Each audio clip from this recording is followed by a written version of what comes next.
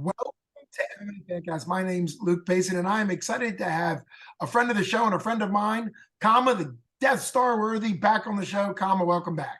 Awesome, man. Thanks for having me. Thanks for having me. I'm so excited to have you back. Last time we talked, you were announcing your retirement from pro MMA, and tonight you're 6 days away from your pro boxing debut. So let's jump right into it. I know you're fight week, you're prepping, cutting weight, and all of that. What is it like to be transitioning from MMA into pro boxing? March 18th down in Morgantown for live cage fights.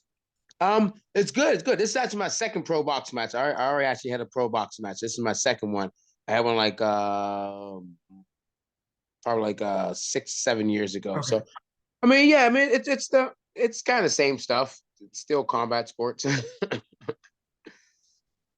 Well, I know you had said at your retirement announcement that you wanted to do other combat sports that wasn't MMA because training full MMA, it takes a lot, as you age. So what's exciting about just paring it back and just being able to train one discipline as opposed to the 5 to 8 disciplines that you have to do for MMA?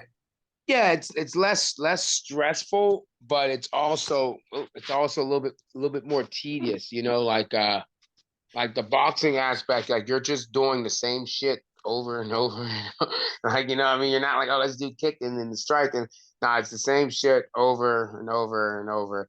So it kind of wears on your body a little bit more. So it's different. It's a different, not as much to grab, but you're doing the same thing over and over again.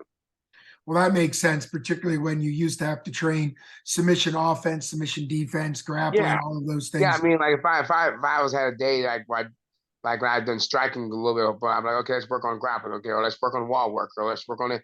But for boxing, it's like, you can work your footwork or you can work or your punches. And Right. that's it. It's your footwork and your punches.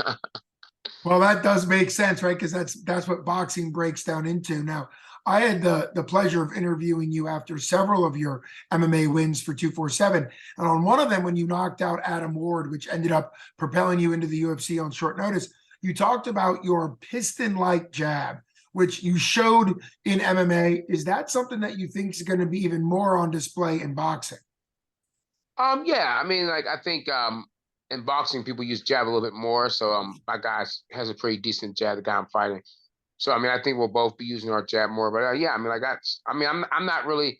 I mean, I adjusted a little bit of things, but I'm not really trying to like. I'm not like I'm trying to like be a world champion boxer. I'm just doing some boxing, having a little fun with it. You know what I mean? I'll see where it takes me or whatever. But I'm not going to be changing my style. I'm gonna like. I mean, I've boxed boxers before and done perfectly fine, so I'm not going to be adjusting too much, fixing a little bit of things, understanding you can cut angles a little bit deeper, you can throw punches a little bit more reckless because you're not worrying about the takedown or counter kicks or stuff like that. So, but I'm definitely going to be punching like a MMA fighter, not a boxer. Sure. Well, I think that makes sense. You know this as a UFC veteran and a longtime MMA veteran, but also a coach that you have to do what works for you. So it makes sense that Yeah, you're not going to be try to be a boxer. You're going to be a MMA fighter who also is good at boxing. right. Makes perfect sense. Um, you said there that you kind of you don't necessarily want to become a champion boxer, but martial arts is how you make money. You like getting in there, combat sports. So what for you is this opportunity? Is it because it's close to home? Morgantown's, I'm sure, going to have a lot of people there. You've got a lot of fans that are going to be able to come out and see you fight again. Yeah, I mean, really, it's just to keep my mind sane. I can't just stop and do nothing. I'd be driving myself crazy.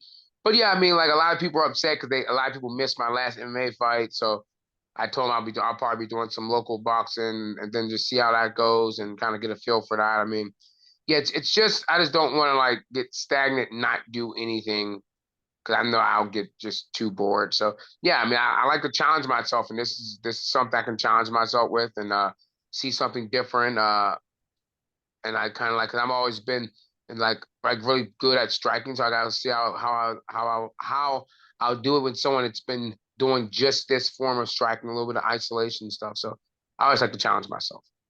Yeah, I mean, that makes absolute sense. I already mentioned that you're a UFC vet, but you're also the former 247 professional fighting champ. So yeah, you have a ton of experience, and clearly that drive doesn't just go away when you retire. Talk just a little bit, I guess, as we kind of wrap this up. Talk a little bit about what it's like to be the coach and owner of um, Pittsburgh MMA Academy, because obviously that's a big part of who you are in addition to pursuing your own fight goals. Yeah, I mean, it's stressful as fuck. So I know, no, it's cool, man. I mean, like I like teaching. I like teaching a lot. Especially now I've gotten to the end of my training. Yeah, we have a couple of people, a couple of fighters. We're getting ready for 247 fighters. Mhm. And now I can like really start putting a little bit more attention into students, into coaching more. I know like it's not really all on me. So I kind of like that, you know.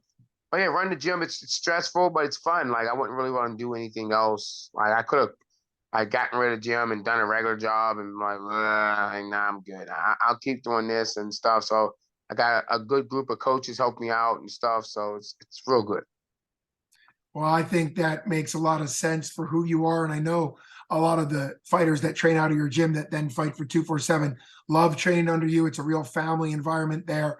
And that's special. So I'm glad you're able to stay connected to not only your own combat career, but also help launching the other fighters in the area. So I appreciate you coming on the show. I know you're only 6 days away from this fight. Thanks for talking about it. Can't wait to see you live in action again. I know a lot of people are excited to see Khama DeathStar Worthy back in action. So that's going to be at the Marriott, the Morgantown Marriott down there in Yes. Morgantown. So that super excited, March 18th, this coming Saturday. So thanks so much, Khama, for coming back on the show. Can't wait to see you in action. Best skills to you. Awesome, brother. Thanks, man. You got it, brother. All right. Bye.